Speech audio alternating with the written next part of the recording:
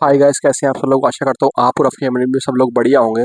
दोस्तों, आज हम आपके लिए एक और आईपीओ रिव्यू लेकर आ रहे हैं। एक ऐसा आईपीओ जो 8 अप्रैल से स्टार्ट होकर 10 अप्रैल को क्लोज हो रहा है। इसमें मैं अलॉटमेंट की बात करूँ तो ये आपको 12 अप्रैल को मिलने जा रही है, और मैं लिस्टिंग की बात करूँ तो ये आईपीओ 16 अप्रैल 2024 को लिस्ट हो रहा है। जी हाँ दोस्तों, हम बात कर रहे हैं डीसीजी केबल्स एंड वायर्स के आईपीओ के बारे में। तो इस वीडियो में हम टॉपिक कवर करेंगे DCG wires and cables IPO का जीएमपी क्या रहने वाला है, कंपनी करती क्या है, कंपनी के फाइनेंशियल क्या है, कंपनी की स्ट्रेंथ एंड वीकनेस क्या है, और हमें इस आईपीओ में अप्लाई करना चाहिए या नहीं करना चाहिए। दोस्तों, ये वीडियो बहुत इंटरेस्टिंग होने वाली है, इसको एंड तक जरूर देखिएगा। दोस्तों, अब बात करते हैं कंपनी के जीएमपी के बारे में। जीएमपी यानी कि ग्रे मार्केट में होता है, जो लिस्टिंग इनके लिए जरूरी होता है। तो यहाँ पे अगर जीएमपी की बात करें ना, तो यहाँ पर जीएमपी के बारे में ऐसा कोई अपडेट नहीं है। लेकिन अगर जीएमपी का जो हमारा क्राइटेरिया है 20% का रहता है, अगर यहाँ पर जीएमपी आपको 20% से ऊपर मिल रहा है तो इस आईपीओ में आप अप्लाई करने के बारे में सोच सकते हैं। दोस्तों, अब बात करते हैं डीसीजी वायर्स एंड केबल्स है क्या और काम क्या करती है। दोस्तों, ये कंपनी 2017 के अंदर बनी थी, और ये कॉपर केबल्स बनाती है और वायर ट्रांसफार्मर बनाती है।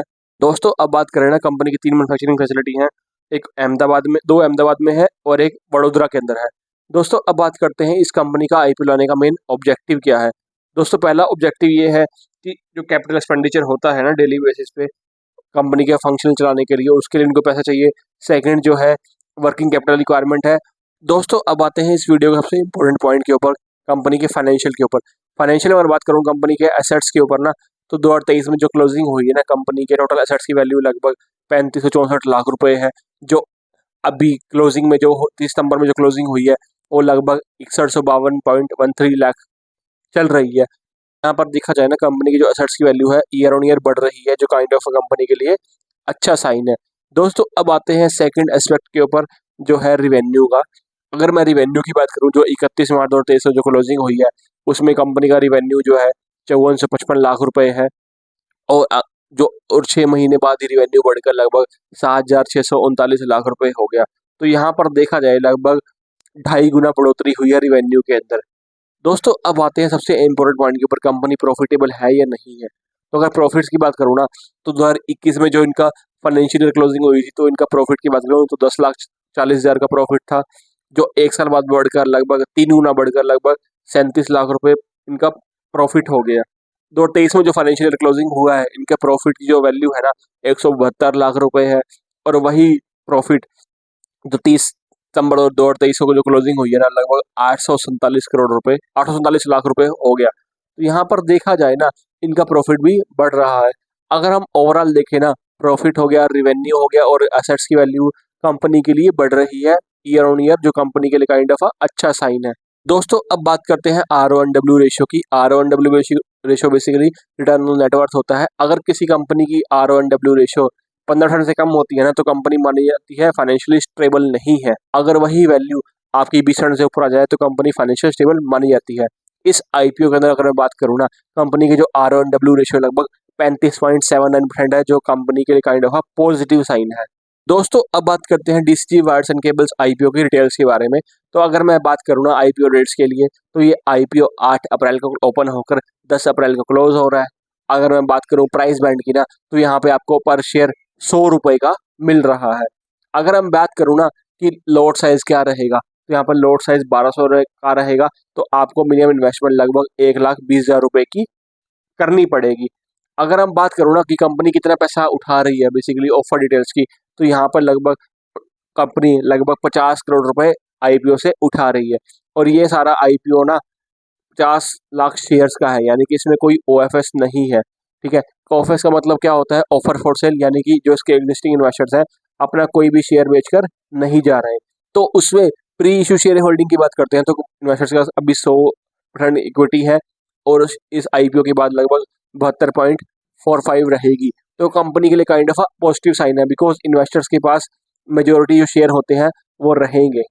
दोस्तों, अब बात करते हैं हमें इस आईपीओ में अप्लाई करना चाहिए या नहीं करना चाहिए। तो दोस्तों, आपके लिए मैं डिफरेंट डिफरेंट फैक्टर्स लेकर आ रहा हूँ कंसिडरेशन करने के लिए, जिसके थ्रू आप एनालाइज कर सकते हैं कि आईपीओ में अप्लाई करेंगे या नहीं करेंगे। पहला आता है return on net worth, RONW ratio. तो RONW रेशियो जो आईपीओ में अप्लाई करने के लिए 15 से 20% की एवरेज रहती है। तो यहाँ पर जो RONW रेशियो चल रही है वो लगभग 35.79% चल रही है, जो कम बहुत ज़्यादा है और कंपनी के लिए काइंड ऑफ पॉजिटिव साइन है। सेकंड आता है जीएमपी। जीएमपी के ऊपर हमारा जो क्राइटेरिया है ना 20% का क्राइटेरिया है, लेकिन यहाँ पे अभी कोई जीएमपी के ऊपर कोई अपडेट अवेलेबल नहीं है। अगर आपका यहाँ पे जीएमपी 20% से ऊपर रहता है ना, तो आप इस आईपीओ में अप्लाई करने के बारे में सोच सकते हैं। दोस्तों अब मैं कुछ ना स्ट्रेंथ एंड वीकनेस लेके आ रहा हूँ कंपनी के, जिसके थ्रू आपके पास क्लियर पिक्चर आ जाएगी कि आपको आईपीओ में अप्लाई करना है या नहीं करना। अगर हम बात करें ना स्ट्रेंथ की, तो कंपनी के पास बेसिकली कम्पिटिटिव प्राइसिंग पे कंपनी सामान बेचती है और कस्टमाइजेशन का एक्सपर्टीज है, यानी कि आप कोई कस्टमाइजेशन चाहोगे ना तो वो कंपनी आपको करके दे देगी। इसके अलावा जो कंपनी है ना प्रोडक्ट क्वालिटी के ऊपर फोकस करती है। थर्ड बात करें ना, कंपनी की बहुत सारी लॉन्ग स्टैंडिंग रेपुटेशन है, कंपनी की मार्केट में बहुत रेपो है। इसके अलावा ना कंपनी के पास प्रमोटर की जो टीम है ना वो बहुत ज़्यादा एक्सपीरियंस है। तो ये कुछ पॉइंट है जो कंपनी के लिए काइंड ऑफ देखा जाए ना पॉजिटिव साइन है। दोस्तों अब आते हैं रिस्क के पॉइंट के ऊपर।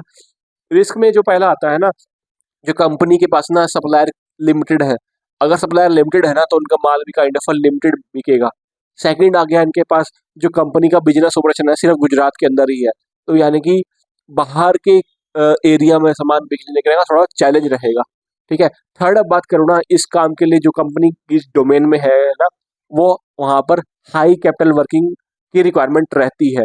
तो यहाँ पे कुछ ये पॉइंट है जो कंपनी के लिए देखा जाए ना, कंपनी के लिए नेगेटिव पॉइंट है। तो अगर मैं ओवरऑल बात करूँ ना, तो यहाँ पर कंपनी के लिए कुछ पॉजिटिव पॉइंट भी है और कुछ नेगेटिव पॉइंट भी है। तो इस आईपीओ में अप्लाई करने से पहले आपको 2-3 चीज़ों का ध्यान रखना है। पहली चीज़ ये आती है फोकस ऑन सब्सक्रिप्शन स्टेटस। आपको ये देखना है कि आईपीओ कितने महीने सब्सक्राइब हो रहा है। सेकंड आता है जीएमपी यानी कि ग्रे मार्केट प्रीमियम, कि कंपनी के लिए जीएमपी कितना चल रहा है। और थर्ड आता है मोस्ट इंपोर्टेंट, आपको कहीं भी अप्लाई करने से पहले अपने फाइनेंशियल एडवाइजर से एडवाइस लेना कंपलसरी है। दोस्तों कमेंट करके जरूर बताइएगा अगर आप और आईपीओ रिव्यू वीडियो देखना चाहते हैं हमारे चैनल के ऊपर। दोस्तों आज की वीडियो में इतना ही। अगर आपको हमारा कंटेंट पसंद आया तो आप लाइक कीजिए, शेयर कीजिए एंड सब्सक्राइब कीजिए। देखते रहिए चैनल फाइनेंस विद चाहत। मिलते हैं आपसे नेक्स्ट वीडियो के अंदर, तब तक के लिए बाय बाय।